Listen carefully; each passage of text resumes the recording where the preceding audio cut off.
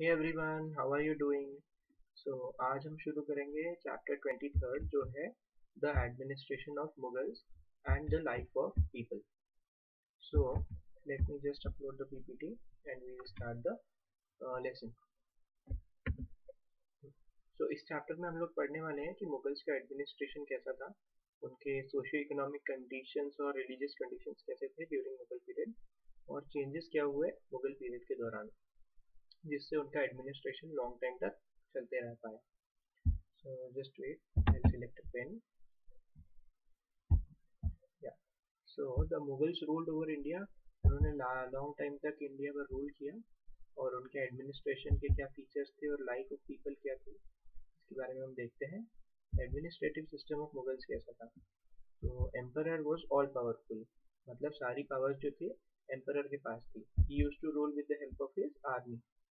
There were ministries, जैसे कि आज मिनिस्टर्स होते हैं हमारी कंट्री में जो रूल करते हैं, प्राइम मिनिस्टर, फाइनेंस मिनिस्टर, उसी प्रकार से मुगल्स के भी मिनिस्टर्स हुआ करते थे.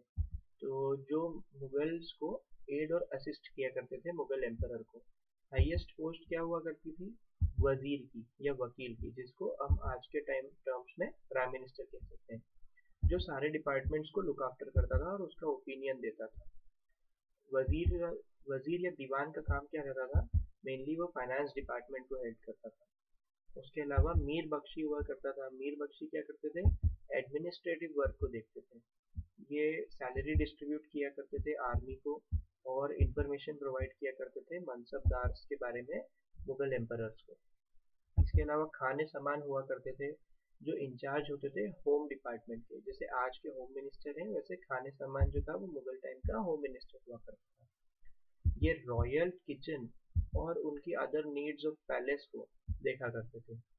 फिर सद्र और सुदर हुआ करते थे जो इंचार्ज होते थे चैरिटी डिपार्टमेंट के, मतलब किस प्रकार से वेलफेयर वर्क करना है उसको देखा करते थे.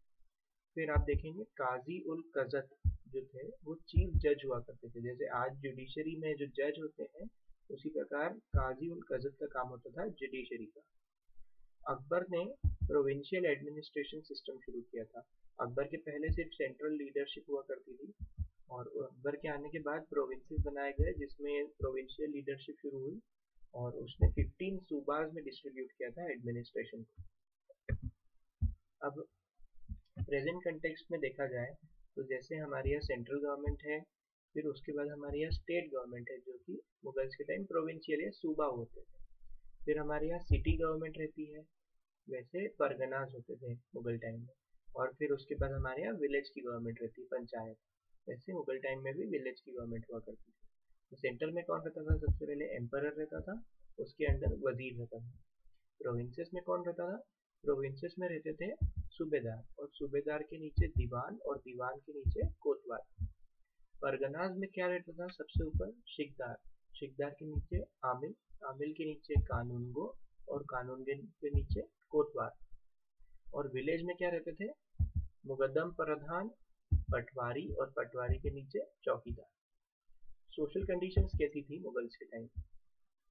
जो सल्तनत पीरियड के टाइम से चल रहा था कि मुस्लिम्स इंडिया में एंटर कर रहे थे, तो उस कारण से दो ग्रुप्स बन गए थे. एक थे हिंदूज और दूसरे थे मुस्लिम्स.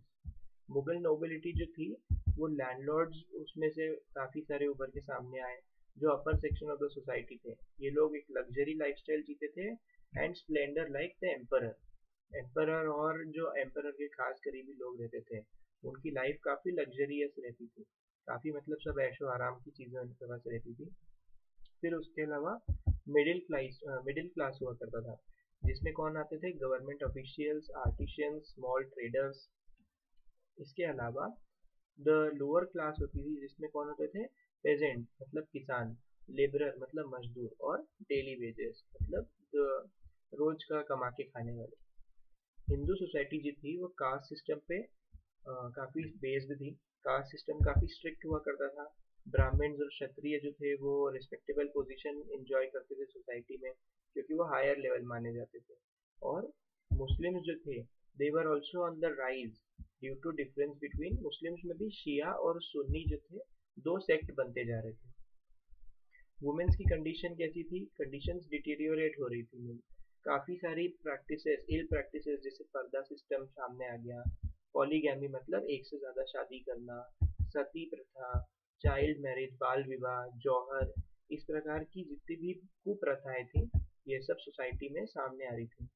वुमेन्स को एजुकेशन नहीं दिया जाता था ज़्यादा, गर्ल्स को फैमिलीज से बाहर जाना नहीं दिया जाता था, सिर्फ रिच गर्ल्स जो थी रिच फैमिली की उनको एजुकेशन में जाने दिया जाता था। वेजिटेरियन और नॉन वेजिटेरियन डिशेस जो थी दोनों सोसाइटी में प्रिवेलेंट थी।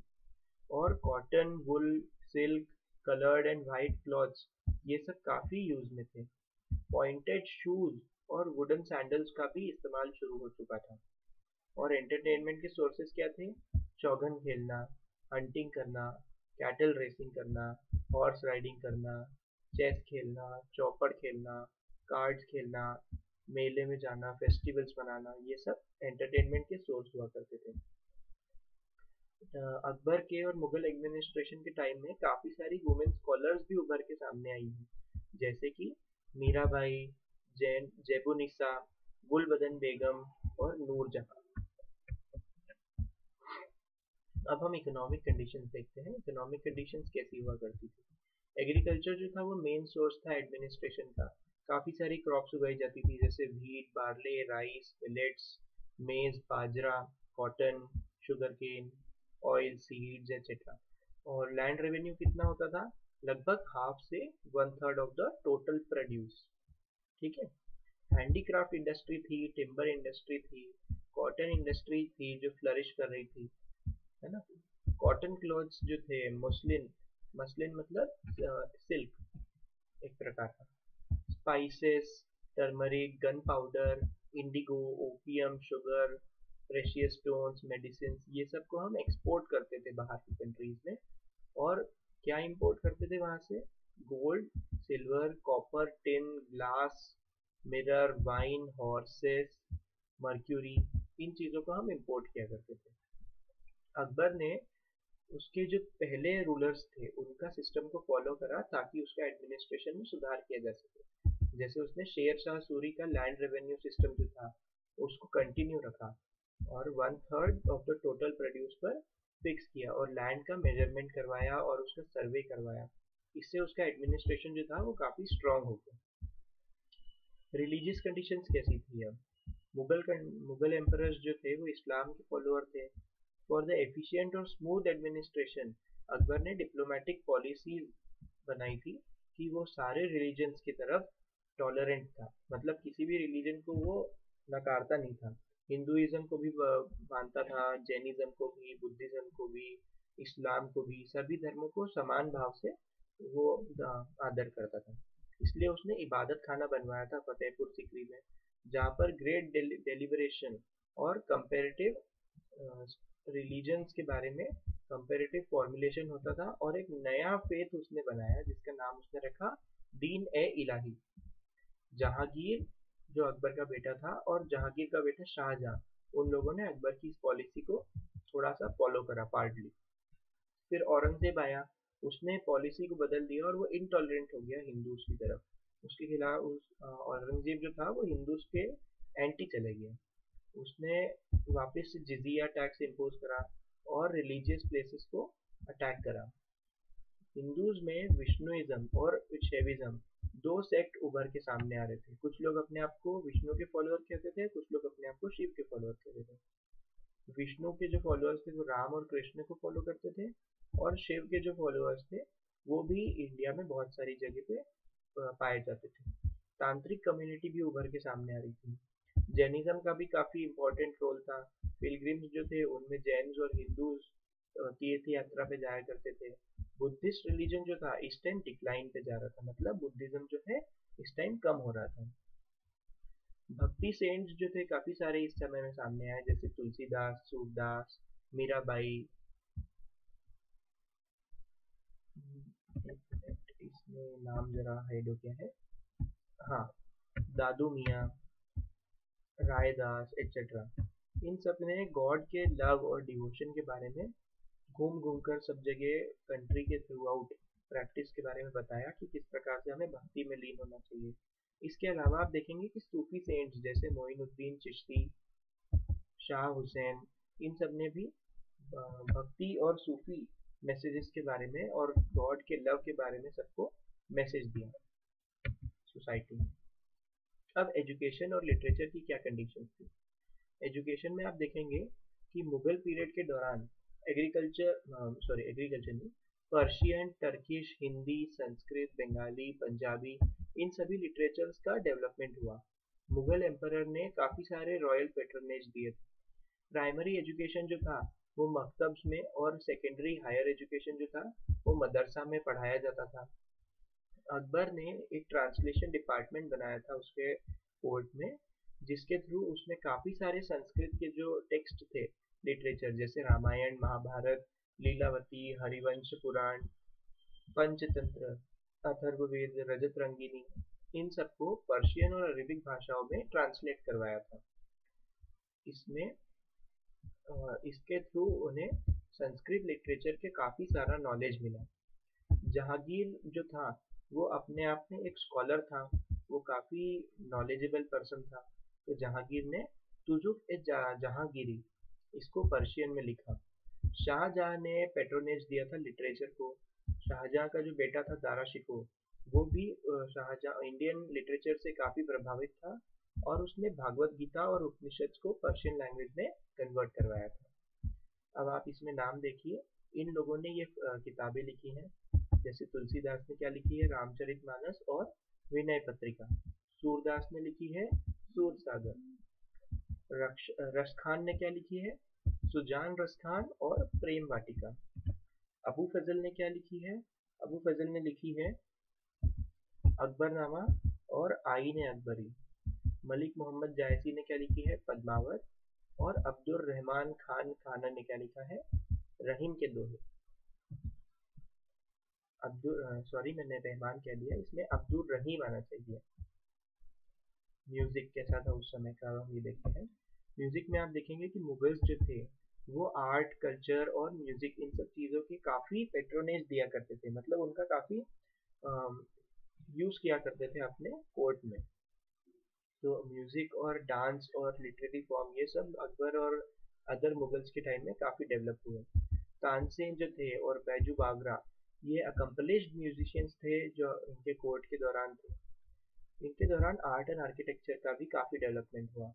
Mughals were great lovers of architecture which can be found as the proof. उन्होंने काफ़ी सारे मैग्निफिसेंट बिल्डिंग्स बनवाए, जिसको हम क्या कहते हैं, हिंदू मुस्लिम स्टाइल के रूप में पहचाना गया है आर्किटेक्चर का।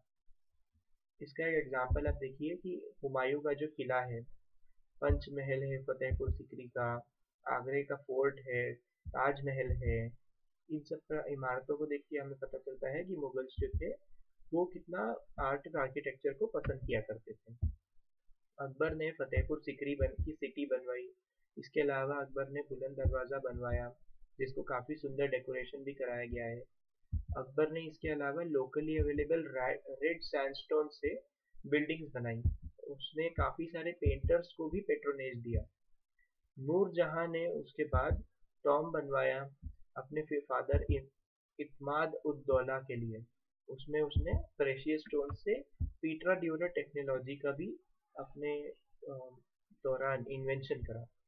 फिर ताजमहल बनवाया गया था शाहजहां के द्वारा अपनी वाइफ बेगम मुमताज महल की याद में, which is one of the examples of architecture. It has also been the World Heritage Site. United Nations ने जिसको रिकॉग्नाइज किया है। मुगल्स के शाहजहां ने वाइट मार्बल और रेड मार्बल दोनों का यूज किया। जैसे जामा मस्जिद एट दिल्ली और Agra, red fort of Delhi, Sheesh Mahal, इन सब जगह पर उसने रेड सैंडस्टोन का भी यूज किया है। मोती मस्जिद जो थी वो औरंगजेब ने बनवाई थी। औरंगजेब ने ज़्यादा चीज़ें नहीं बनवाई, पर औरंगजेब ने कुछ इमारतें बनवाई थी। जैसे उसने मोती मस्जिद बनवाई थी। औरंगजेब ने शाहजहां के ताजमहल का भी एक कॉपी बनवाया था औरंगाबाद में, जिसका नाम है बीबी का मकबरा। पेंटिंग जो थी, पेंटिंग किस प्रकार की थी उस टाइम में? पेंटिंग मुगल्स के टाइम में बहुत ज़्यादा प्रेविलेंस में आ गई थी, मतलब बहुत ज़्यादा प्रचलन में आ गई थी, जो कि ब्लेंड था इंडियन और पर्शियन स्टाइल ऑफ पेंटिंग का। इसमें आपको दोनों प्रकार के फीचर्स दिखते हैं, इंडियन पेंटिंग के भी और पर्शियन पेंटिंग्स के भी, इसलिए इसे हम कहते हैं मुगल स्टाइल। जिसको आप पाएंगे कि मुगल अकबर के दौरान हमजानामा जो है उसमें लगभग 1200 पेंटिंग्स बनाई गई हैं। फिर जहांगीर जो था उसको खुद को पेंटिंग बनाना बहुत पसंद था और जहांगीर के दौरान काफी सारे मशहूर पेंटर्स उसके कोर्ट में आए जैसे कि उस्ताद मंसूर, मुराद, भीषण दास, हसन। मुगल्स के दौरान जो है पेंटिंग्स के काफी सारे स्कूल्स का दूसरे एरिया में भी डेवलपमेंट हुआ। मुगल्स के दौरान राजस्थानी पेंटिंग, पहाड़ी पेंटिंग, डेक्कन पेंटिंग, इन सब का भी काफी सारा डेवलपमेंट हुआ।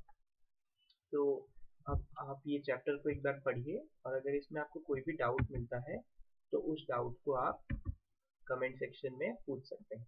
Thank you.